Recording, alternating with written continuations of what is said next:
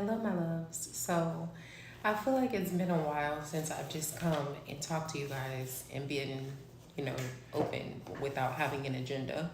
So, I thought I would come and do that today because it's been so many things that I want to talk about. So, I'm gonna let y'all know this video might go a plethora of places, but there are three things that I want to focus on. I want to focus on the inner mother and the inner child because it is Cancer season.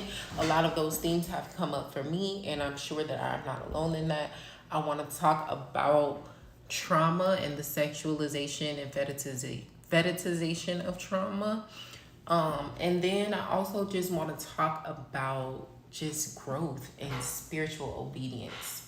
Okay, so let me actually start with the last one that I mentioned. Y'all, I don't know what's happening to me. I can't really put it into a box, but I will say I'm just changing. I'm changing for the better. I'm becoming a better person. I'm becoming more righteous. I'm letting go of things that I don't need anymore. My mind is a lot clearer. My habits are changing. Like, I don't feel the need to constantly distract myself or self-medicate all the time like I once was. I just feel the need to be clear and intentional and passionate. That's what I'm on right now. That's what spirit is leading me to, and I have been obedient to it. Like, I'll give you guys a perfect example. For the past probably 6 months, I have not really been drinking like that. At the beginning of the year, I did Dryuary. I was sober for the whole month of January. After that, I started drinking a little bit more, like, here and there. But ever since I did Dryuary, I will have one or two drinks and that's it. Whereas before, if we drinking and we hanging out, I'm drinking. Like, I'm getting lit. I'm not one to just keep taking shot on shot on shot on shot, drink on drink on drink on drink on drink on drink on drink, because I'll be sick. But, as long as I'm feeling good and it's spaced out enough, I will drink. Now I find that it don't matter how much time passes, it doesn't matter what I'm doing, it doesn't matter who I'm with. I will have 2 drinks max, maybe 3, and that's it. And like, even then, I'm just slow sipping them. Like, I'm not just really drinking it. Even my wife will be like, "Babe, why you not drinking your drink? You don't like it?" And it's like, no, I do like it. I'm just sipping it. Like, it's just like God took the taste of alcohol out of my mouth. I don't really want it. Sometimes I still want the feeling that it brings me in, so that's why I still drink. But I don't really care to drink. Like, I used to, like, after a long day of clients and, winding down on the couch, like, oh, I need a glass of wine. Like, I don't crave that anymore. Like, now it's like, I need some water. I need some tea, Even with weed, like, those of you who really know me know that I love my Mary Jane. Okay, I do. It's been, me and her have had a long relationship, but even with her, I've been feeling called to lessen the amount that I'm doing. Even like, I'm taking a fast right now. I'm doing this 3-day fruit fast, and there's also no grain included in that. And there's nothing that made me do that other than I just don't feel the need to get up and do it every day all the time anymore. Like, I just don't. I just feel like, what is it adding to my life? It's not adding anything. All it's doing is taking away. It's taking away time. It's taking away money. It's taking away energy that I could be putting into other things and other relationships. And I just don't need it. Like, a lot of habits and patterns and perspectives are changing in my head. And instead of me being so focused on the destruction of the world and the distractions of the collective, I'm focused on God right now, y'all. And not from a Christian perspective of like, oh my God, Jesus, Jesus, Jesus. But from a perspective of, if it's not of spirit, if it's not leading me towards light, if it's not leading me towards, let me not even say light. If it's not leading me towards enlightenment, if it's not leading me towards empowerment, if it's not in alignment with my intentions or adding to my intentions in some way, I don't have room, space, or time for it. I just don't. I have not been in the mood to watch TV. I've been listening to audiobooks, which I do all the time anyway, but like every night at least I'll watch TV with my wife. We haven't been watching TV. Like, we may watch TV one day out of the week. And it's not even on purpose. It's not like we said, like, oh, we're just going to give up TV. We just don't feel like watching it. And then on top of that, the writers and actors are on strike anyway, so it ain't nothing on. You know what I'm saying? So it's just like, I don't know. It's weird. I'm in this weird space that I feel like God is calling me to give up so many things at one time, but I'm not even mad about it. Like, I'm not even mad that I feel called to get up and work out in the morning. I'm not mad that I feel called to give up MJ. I'm not mad that I don't really care to drink, to be social. I'm not mad that my ideas in my head is clear. You know what I'm saying? Like, I'm not mad about it. Whereas I feel like before, I was in such a strong place of resistance. It's like, yeah, I know God wants this for me, but I don't want to do that. I want to do this. Yeah, I know God wants this for me, but I don't want to do that. I don't want to do this. And I am not the person normally to say, like, let your will be my will. Like, I'm very much, my will is my will. You know, I'm going to do as I will. That's how I normally am.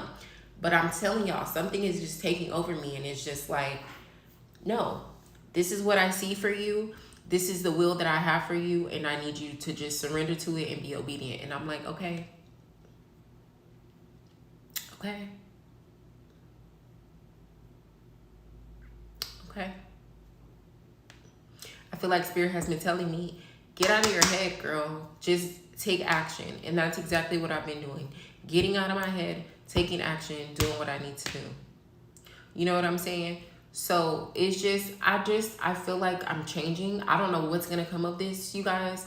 I'm not saying that my content is going to be different, or I'm going to be this different person, or I'm going to be, you know, praying for y'all all the time and stuff like that. I don't know what's going to happen. I know that I will still be primarily focused on astrology, meditation, divination, and mindfulness. So you guys don't have to worry about that going anywhere. But my presentation may change. The way that I speak may change. The roughness in my voice may change, because I have been feeling called to let go of that part of me. Like, I don't have to beat anybody up with the truth.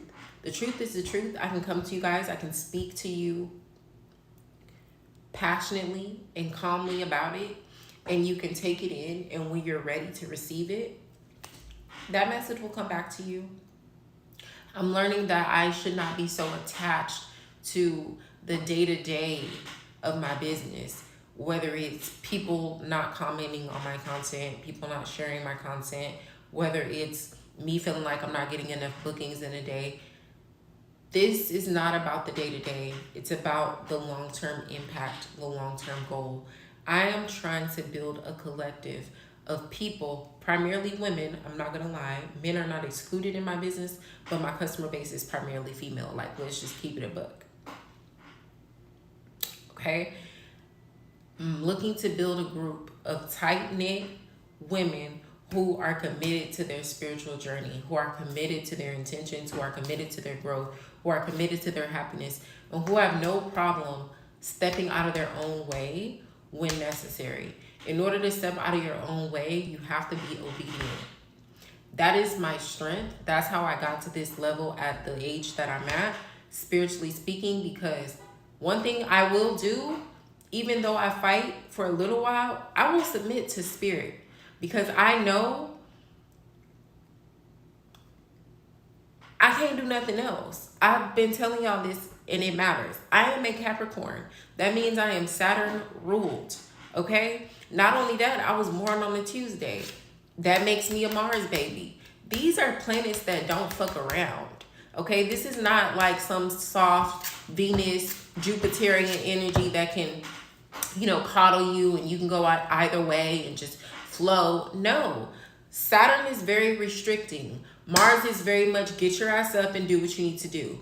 And that's how I have to live. So for me, if it takes me being obedient to Spirit in front of y'all to inspire you to be obedient to Spirit, to empower you to get out of your own way, I am more than happy to be that example. And if even doing that, is all it takes. And you know, you guys are not understanding the stuff that I'm talking about when I'm talking about astrology.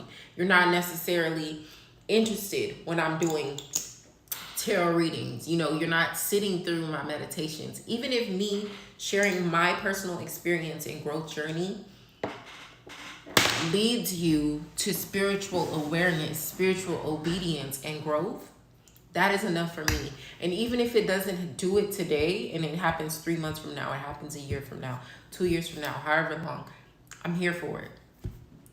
And I'm learning to let go of the egotistical aspect of it, because I feel like, not that I was caught in that, because this has never really been about ego for me, but I would be lying if I said I didn't want the validation. I didn't want the consistent community. I didn't want the feedback, at least. Like, shit. I've posted probably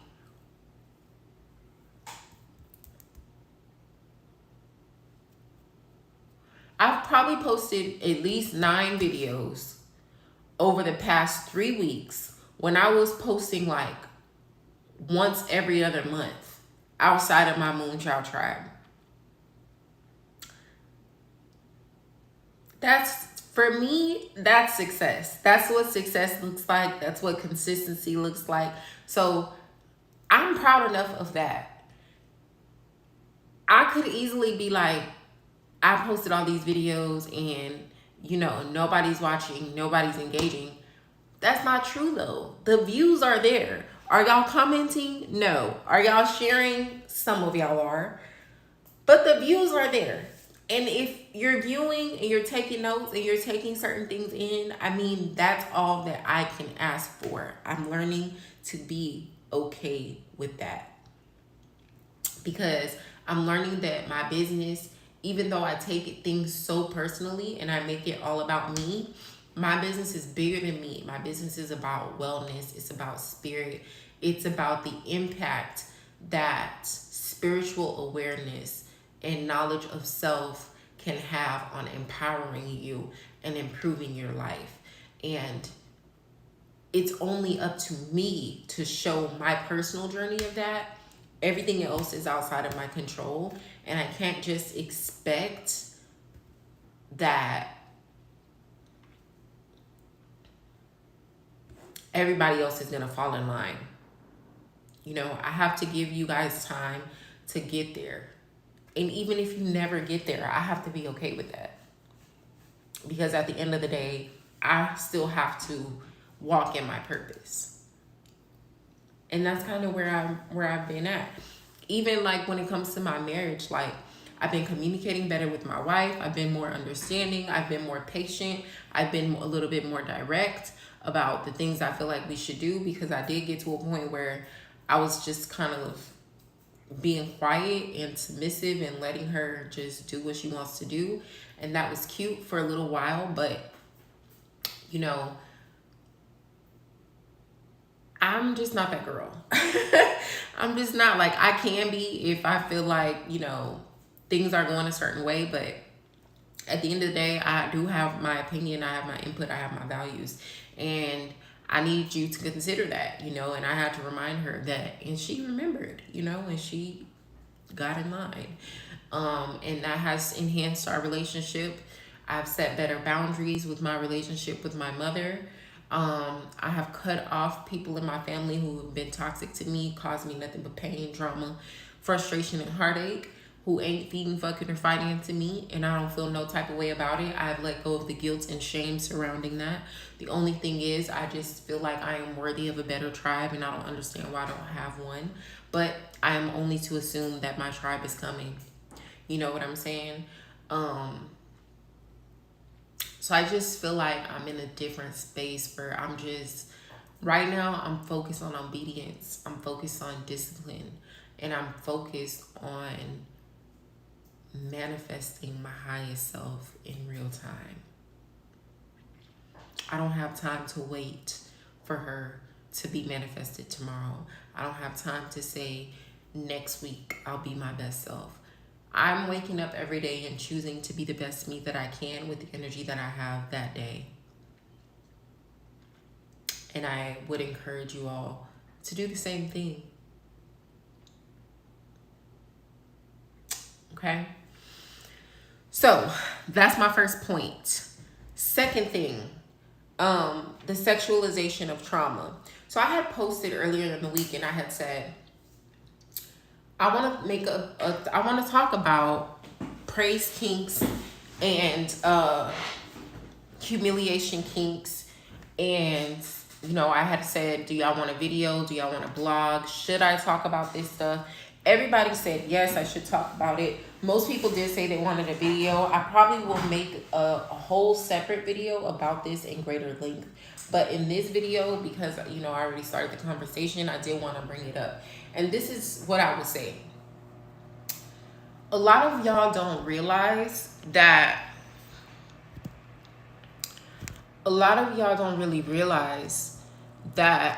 the things that you like, sexually speaking, sometimes do stem from trauma. And I like that we're having the conversation about our kinks so that we can normalize our kinks in a certain way, right? And to a certain degree. Because it is normal to have fetishes and to have kinks. It's not normal to be obsessive and go to the extreme. But let's just be honest. As humans, we are sexual beings, sensual creatures, and we got a little kink in us, okay? We do. Just like I got some kink in my hair, okay? We got a little kink in us. You know what I'm saying? So I like the fact that that's being normalized. But I feel like people have this misconception that kinks should only show up one certain type of way. Everybody thinks it's cute when it's light BDSM and it's like, oh, I'm going to get some whips, I'm going to get some chains, maybe some little handcuffs, you know, and let you dominate me and overpower me, and oh, that's sexy, right? But when it gets to a deeper level and it's like, I'm going to slap you, I'm going to call you a bitch, I'm going to tell you to get on your knees and suck my dick like the dirty hoe that you are. You know what I'm saying? When it gets to, you're a slut, you'll never be nothing but a slut. Yeah, stay on your knees like the slut that you are. Some people like being talked to like that. You know why you like being talked to like that? Because you've only ever been talked to like that growing up. And you had to learn how to turn the pain into pleasure. You only been with people, your mama probably was telling you, bitch, you ain't shit, you ain't never gonna, bitch, you ain't shit, you ain't never gonna be shit. Your daddy probably not there, don't talk to you. And now this is not the case for everybody. Some people just really do have fetishes that are completely sexual. If that's you, keep it moving, baby. This video is not for you. But I'm telling you, more often than not, these sexual things, especially humiliation and degradation and praise kinks, it goes hand in hand with trauma. These people have been probably sexually abused in the past.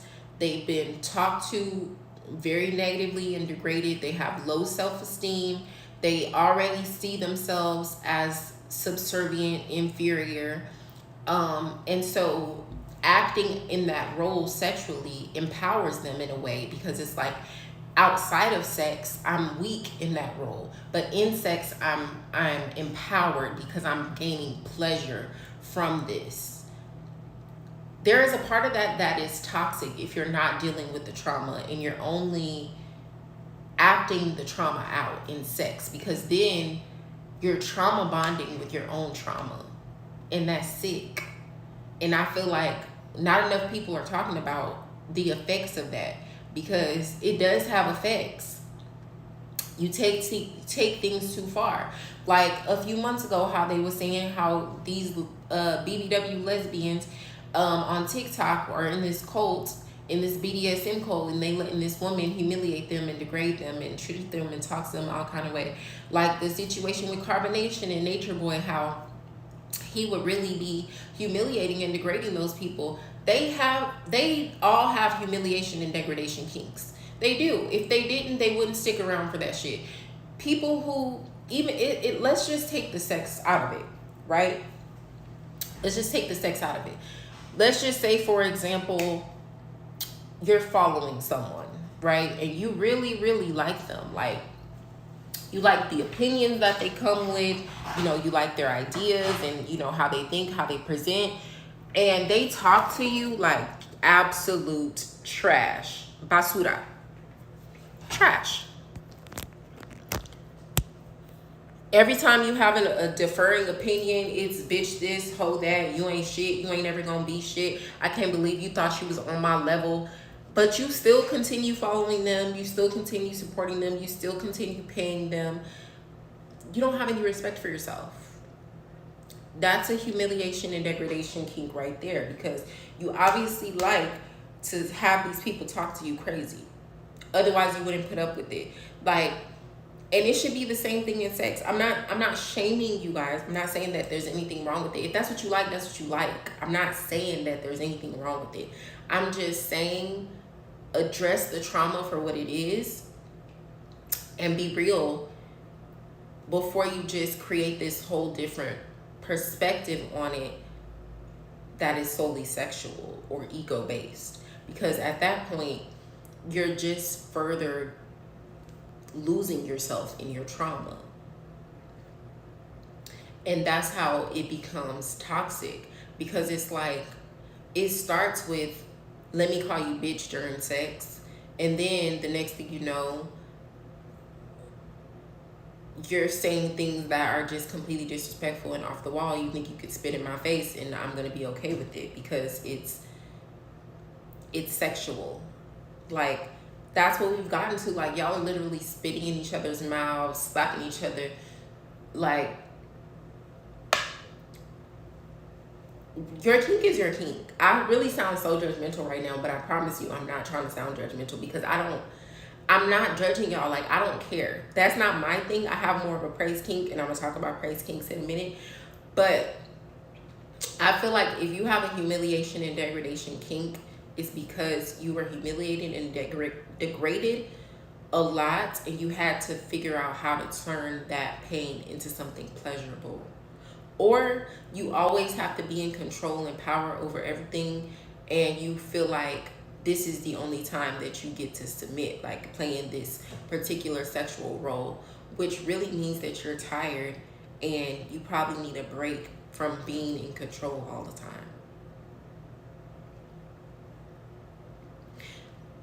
I could go a little bit deeper, but let me move on to praise kinks. So I feel like if you have a praise kink, if you're somebody who likes to be told you're doing a good job, that's a good girl, take it, yes, I love you, you're amazing, bounce that ass, you're so motherfucking beautiful, yes, you're a queen, you're the best.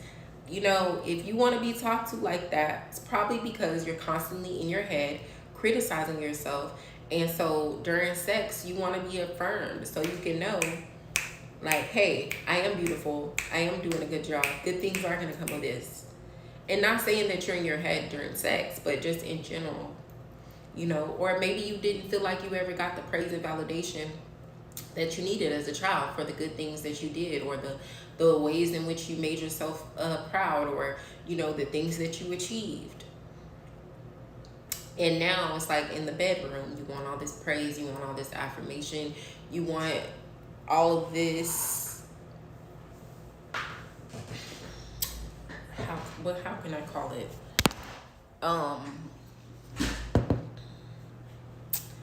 I don't even know. I don't even know what to call it, but it's just like, you want all of this kind of like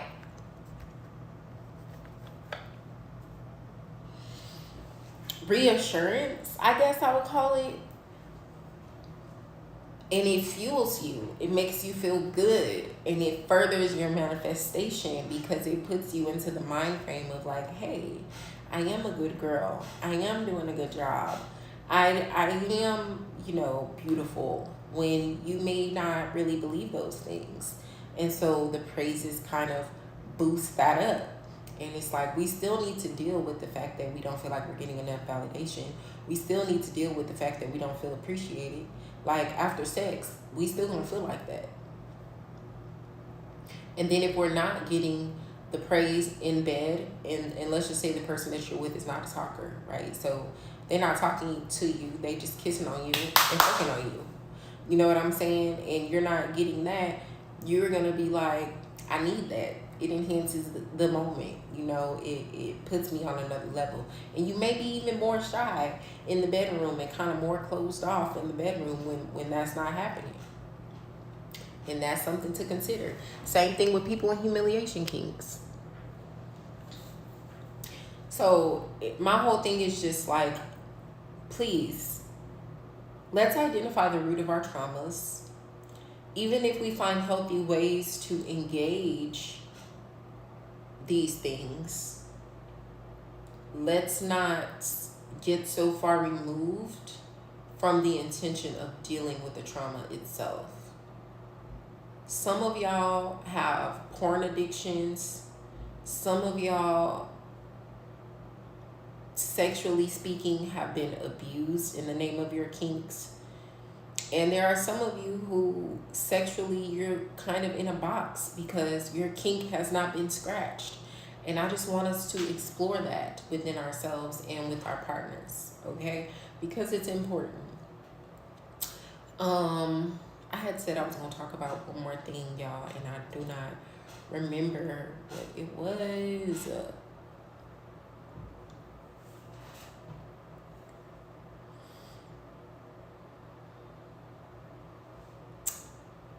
I don't know. I don't know what the last thing was, but I will say, you guys, we're in Cancer season, and we need to lean into the flow. We need to lean into the tide. We need to be obedient to spirit. We need to cleanse. We need to pray for protection. We need to affirm ourselves and uplift ourselves. I feel as though there's a lot of work being done as it relates to, that's what it was, the inner mother and inner child. I feel like there's a lot of work being done as it relates to inner mother and inner child as a collective, but I do want to talk about my own personal experience. So since May, I've been on this journey of inner teen healing because I've done a lot of inner child healing, but to be honest, I had a good childhood. Like from the time I was born until I was like 11 years old, my life was great. My family was very close. I had a lot of love around me. My mama was like growing and empowered and uplifted and doing her thing. She was getting educated. She was getting good jobs. You know what I'm saying? Like everything around me was beautiful. I was spoiled. I was very much loved. I cannot recall being unhappy during that time. There were times when things happened and I may have been, you know, sad or frustrated or whatever the case may be, but just me being unhappy, me being hurt, me feeling unsafe, no, absolutely not. From the time I was born to the time I was 10. And that's a blessing. It really is. So me kind of finally realizing that, but still knowing that beyond that, a lot of shit went wrong. I'm like, maybe I need to stop putting so much energy into my younger self, like my little child self, and put energy into my teen, because she's the one that really needs you to go back for her. She's the one that really needs affirmation. She's the one that really needs direction. Y'all, when I was in high school, first of all, I went from being in one school district from the time I was in elementary to middle school, elementary, intermediate, middle school, to a whole nother district for high school. So I go to this high school. I don't really know none of these people except for like maybe 2 or 3 people. I'm in a whole different area. I'm far from my house. I gotta catch the city bus from my house an hour all the way down to the last bus stop to this school. And on top of that, I'm just going through these growing pains. Like my life is just changing. You know what I'm saying? Like my freshman year was cool. It was okay. But then when we get to sophomore year, me and my mom are moving into a house with her sister and her kids. Her and her sister don't really get along. We all stay in this 5-bedroom house. My mama is barely home. Then she gets laid off. She decides that she's gonna open a club. So then she's really barely home. On top of that, my aunt is going through all this different shit with her kids. My cousin is running away, doing shit. Her son is angry, fighting, doing shit. And I just felt alone. I felt isolated, and I was searching for community. I was searching for love. I was searching for guidance in all the wrong places. I was on the internet. I was like going out with random people, like not the people that I went to school with, but random people who I met online. And I was just doing stuff that I had no business doing. You know what I'm saying? Like, I was riding the bus late at night to get places, or having people come pick me up and drop me off. My mama wasn't home, so it was like, you know, nobody was there to regulate me, and my aunt wasn't gonna say nothing because she just ain't gonna say nothing. And she wasn't there either. She was at work. So it was just like I had a lot of freedom, but it wasn't necessarily productive freedom. It was leading me down a path that I did not need to go down, essentially. Then when we moved out of that house with my aunt, and it was me and my mom in the house again, she still was absent, like barely home, coming home late. When she is coming home, she's drunk. She's under the influence of substances, or whatever the case may be. I don't know what she was doing during that time, but I feel like it wasn't just alcohol. And I can't talk to her really like I used to, because I feel like she's not present. I'm getting older, and I'm seeing the error in her ways because I'm getting older, and I'm realizing that these things are not normal, right? And then also, I'm a teenager, so I'm coming into myself, and I have questions, and, you know, I'm gay, and it was just a lot. Like, it was a lot. I didn't want to have friends over my house because I never knew what my mama was going to do if she was there. Not that she was going to spaz out, but I just didn't know what kind of state she was going to be in, or what she may say, or if I was going to be embarrassed. You know, so because of that, I didn't really get close to anybody when I was in high school. I kind of kept everybody at a real cool distance. The people that I was cool with did not go to school with me because they were older, one, but two, I was able to be a different person around them than I was at school, you know? And so I ended up being in a crowd of young adults as a teenager, essentially a crowd of young adults who are trying to figure out life, who are experimenting with alcohol, with weed, with ecstasy, who are going out, doing this, doing that, partying all night. And I'm right there doing it with them.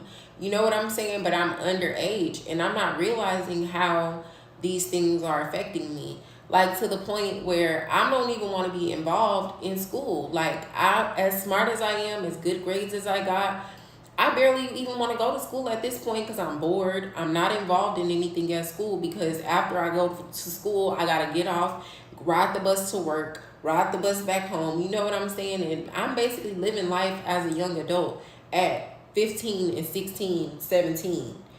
You know what I'm saying? And I'm sure at the time, if I would have told my mama, like, hey, I need you to be more present, or I don't want to work anymore, so I need you to pay for this and I need you to pay for that, she would have figured it out. So I'm not saying that she wouldn't have, but what I am saying is I didn't tell her. But what I did, I was angry and I resented her. I felt like she was throwing her life away. She abandoned me in a lot of ways, and I was just focused on getting away from her and getting away from these people who don't know me, don't care to really get to know me on a deeper level because I'm not involved in the same shit that they're involved in, and I'm going through a completely different shit than they're going through. You bitches are going home at night and your mom is doing your hair. I'm not. You know what I'm saying? Like, we're talking about two different things. So I was just in a space of anger and sadness that I did not even realize, and searching for love in all the wrong places. That led me to be in relationships that were extremely depleting. And then I really had to, like, I dropped out of school. I lost jobs. I lost apartments. You know what I'm saying? Like, I had to move to a whole nother city by myself at 18, 19 years old, where I'm living in a hotel. I got a basket full of clothes, a pillow, and a blanket, and I'm walking up and down the hallway. The highway, trying to find jobs. You know what I'm saying? Meanwhile, my grandmother has a whole house in the city that I'm in that she don't even live in, but she doesn't want me to live in it. Not because I'm destructive or I've stolen from her or done anything like that, but just because she's selfish and she has her own issues with my mother that she puts upon me. And I'm dealing with all of this at between 17 to 19, 17 to 20, 16, I would even say, to 20. Are you kidding me? Are you kidding me? It's by the grace of God that I am here today. It's by the grace of God that I have the peace, the contentment, the confidence that I have. So I had to go back and talk to that girl, that teen girl who needed somebody to say, I'm here for you. I got you. I see your heart. I see your work ethic. I see your intellect. And I want to pour in to you. Nobody did that for me. Nobody. Not my grandmother, not my grandpa, not my mama, not my daddy, not my friends that were around at the time. Nobody did that for me. I had to do that for myself. And it hurt me. And I was resentful. And I shunned everybody away from me. And I moved here and I made new friends and I built a new life for myself. And it wasn't until I got with my wife, which was like 4 years later, that I started getting back close with my mother, that I opened my heart up again to my grandmother. And, you know, the situation with my grandma, I'm not even going to get into, but I'm just not going to deal with her. I love her. I don't want anything to happen to her, but I can't talk to her. She triggers me. And I feel like she's just not a good person. She's manipulative. She always plays victim. She's always talking negatively about people and being messy.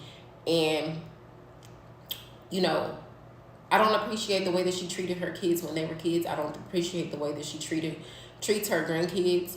She feels like as long as money is in the equation, then everything is fine. And money don't mean shit if there's not good intent behind it. So I can't fuck with that type of energy because I'm not in a place where I can be the honorable, respectful grandchild that I want to be. And I don't want to curse my grandma out. I don't want to fight and go back and forth with her, so therefore I cannot talk to her, period. And when it comes to my mom, I love her. I respect her. I hold my mom in high regard because regardless of all of her mistakes, she did raise me on her own. And she taught me how to love myself, be independent, and embrace my uniqueness. She taught me how to unconditionally love others and have an open heart to the world so that the world can have an open heart to you. And I will forever be grateful to my mama for that. But she is not a good role model. She did not have herself together. And I can't lean on her as a mentor. I can't lean on her as a pillar to look to. You know what I'm saying? Like, I just can't. Like, that's the reality of my situation. And I wanted her to be that so bad, and I hated her for not being that until I understood that she has her own trauma, and she's allowed to be a person outside of being a mother. I had to forgive her and go back and be the mother that I needed because she could not. You know what I'm saying? And I thought I did that. Like, I thought I was cool with that, and that's how me and my mama were able to mend our relationship and get back close. But there is still parts of me that is hurt. I'm still that hurt 16, 17, 18-year-old who feels like nobody really sees me. Nobody really appreciates me. Nobody really values me. I work so hard. I stay out of the way. You know what I'm saying? Like, but the reality of the situation was I didn't see myself. I didn't appreciate myself. And I was squandering my energy in places that it didn't need to be in while convicting people who squandered my energy because they weren't at the place that they needed to be mentally, emotionally, spiritually. And I had to redirect that. I had to redirect that energy. So it's just like now I'm at a place where I'm working on my inner teen healing. I've been doing a lot of journaling about it, but I'm starting to see like this is affecting my future, because those of you who saw my Instagram story yesterday, I was saying like I don't even know if I want to be a mother, because the truth of the matter is my grandmother resented being a mother. I'm not going to say that my mother resents being my mother, but she resented becoming a mother at the young age that she did. It was a lot of responsibility. She had her own trauma already. And on top of that, she didn't have a lot of support that she needed. And I think when I became a teenager and she was going through her own stuff and she reverted back into her trauma, she did resent the process of motherhood, and that's why she withdrew. I don't want to bring a child into this world and resent being a mother.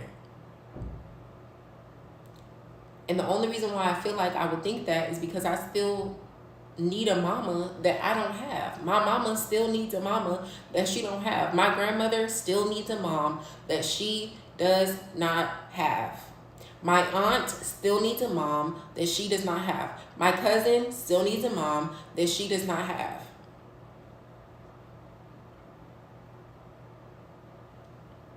And it's just like, I don't want to perpetuate this generational curse. I have been able, by the grace of God, like I said, to survive, to evolve, to find peace. But I don't know that I'm in a space that I'm like totally healed or broken from this. Now, I will say this. My grandmother is not the most loving and nurturing person. My mama is the most loving and nurturing person that you will ever meet. Okay, so in that aspect, some of the curse was broken. You know, my grandma doesn't allow her kids to talk to her about their issues openly. She feels like I'm the mother, I'm the matriarch, I'm always right. If you disagree with me, it's disrespect. My mother did not raise me that way. That was another cycle that was broken. You know what I'm saying? So I'm not saying that the cycles have continued exactly as they were. The point that I'm making is that the cycle has continued. We all still feel like we needed a mama that we didn't have. And I feel like there's something wrong with that. And it makes me scared to bring a child into this world, because I don't want my baby to feel like that. I want to be the mama that my baby needs. Now, every mama is going to make mistakes, and, you know, every mama falls short in some way, because kids at the end of the day are their own people and they have their own needs and things like that. But I just feel like there's a level of withdrawal that happened with my mama. There's a level of withdrawal that happened with my grandmother. There's a level of withdrawal that happened with my aunt. There's a level of withdrawal that happened with my great-grandmother that I do not want to be a part of. And I am fighting for my life before I have kids to reconcile that in any way that I can. Because I realize now that it doesn't just affect my heart. Like, I'm not just hurt. I'm not just disappointed. I'm not just feeling abandoned. I feel inferior. I feel incapable. I feel stuck. I feel isolated. I feel unsupported. There's no reason I should be feeling like that. Still right now today. Back then, okay. But still right now today, there's no reason why I should be feeling like that. No, everything hasn't been mended, but like I said, I have made peace. And I have a whole wife and family that I've inherited with my wife that loves me and supports me tenfold. You know what I'm saying? So there's really no reason for me to be feeling like this, except the fact that I still want my mom to be the mom that I needed. I still want my grandmother to be the grandmother that I needed. I never got to meet my great-grandmother, so I don't know her. A lot of people say that, you know, I remind them of her, and that I am her reincarnated. I've heard that a lot in my family. We even have the same moles, but I don't know the woman to know that. And my mama has spoken great things about her grandmother, but I feel like there's no way that my grandmother and her sisters act the way they act if there's no trauma with the mama. There's no way. There's no fucking way. I don't care. Maybe she got saved and later on in her life she was a good person and bringing everybody together and all of that. Like, everybody says that. Like, everybody's always like, she was the heart of the family. She would bring everybody together. She would make everybody go to church. She would make us pray, have dinner together and all the things. And like, when I was little, we did that. Like, when I was from birth up until about 10 years old, I had a good childhood. Like, all of my family would come together. We would spend Christmas together. We would eat together. We would break bread. We would laugh. Like, it was beautiful. And then it's like, as the elders died off, things just got messed up.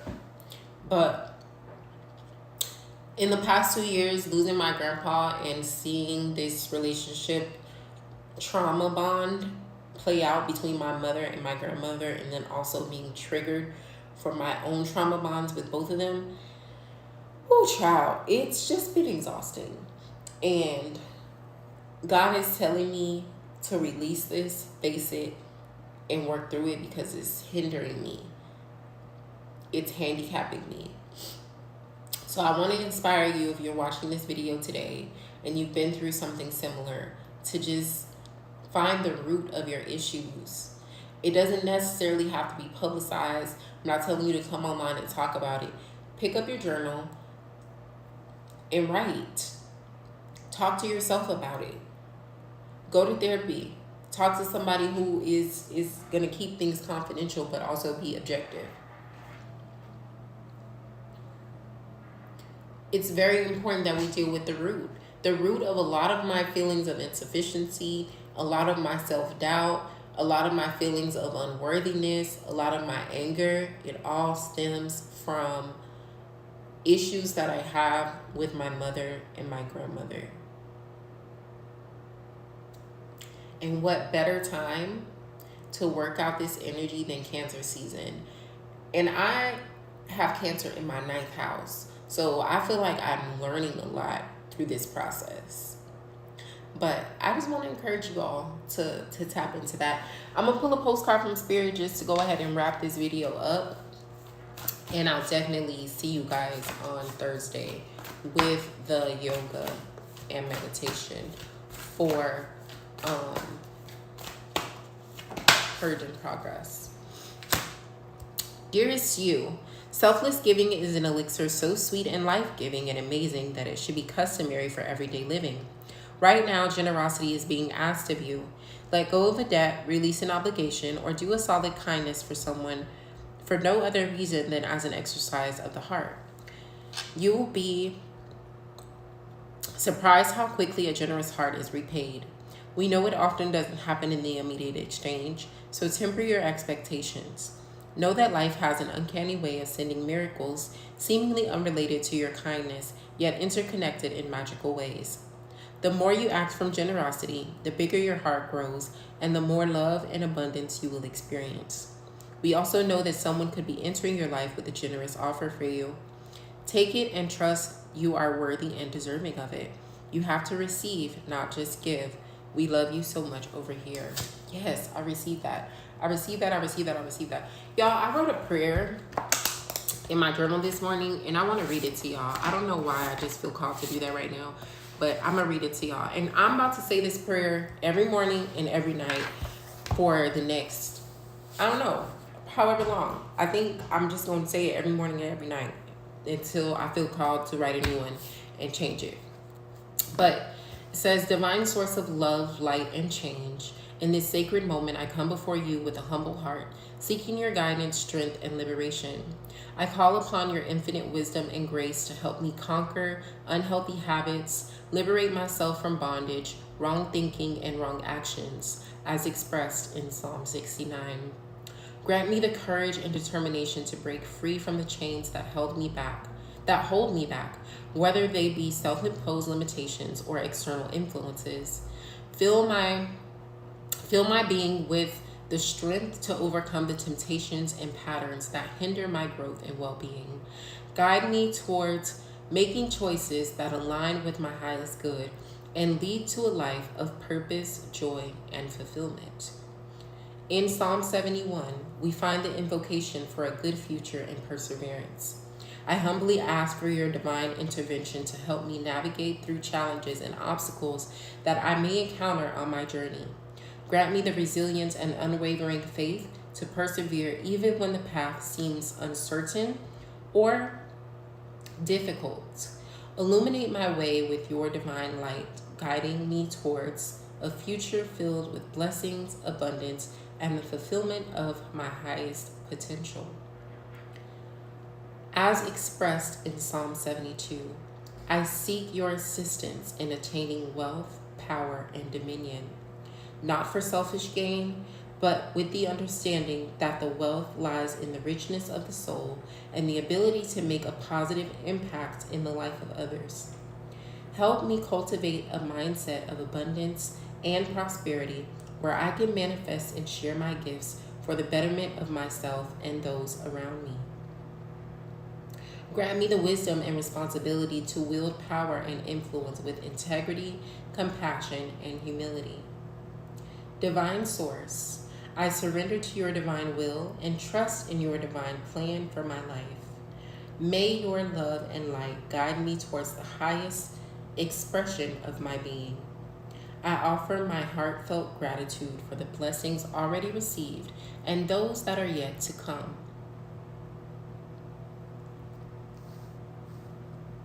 In your eternal presence, I find solace and strength. I place my intentions and prayers in your hands, knowing that you are the ultimate source of liberation, perseverance, and abundance. With profound gratitude and unwavering faith, I thank you for protection, guidance, favor, and deliverance. And I say amen. Isn't that such a beautiful prayer? Like, y'all, Spirit just been talking to me. Spirit has just been talking to me. And I'm telling y'all, like, I don't care what nobody say. Prayer is powerful because the one thing that I have been doing consistently is yoga and prayer. If I don't do nothing else, I do those two things every single day. And when I say things are just changing on their own, good habits are developing and bad habits are leaving me on their own, I mean that. Like, I mean that. So I will leave you all with that. I hope you all have a wonderful rest of your Tuesday, and I will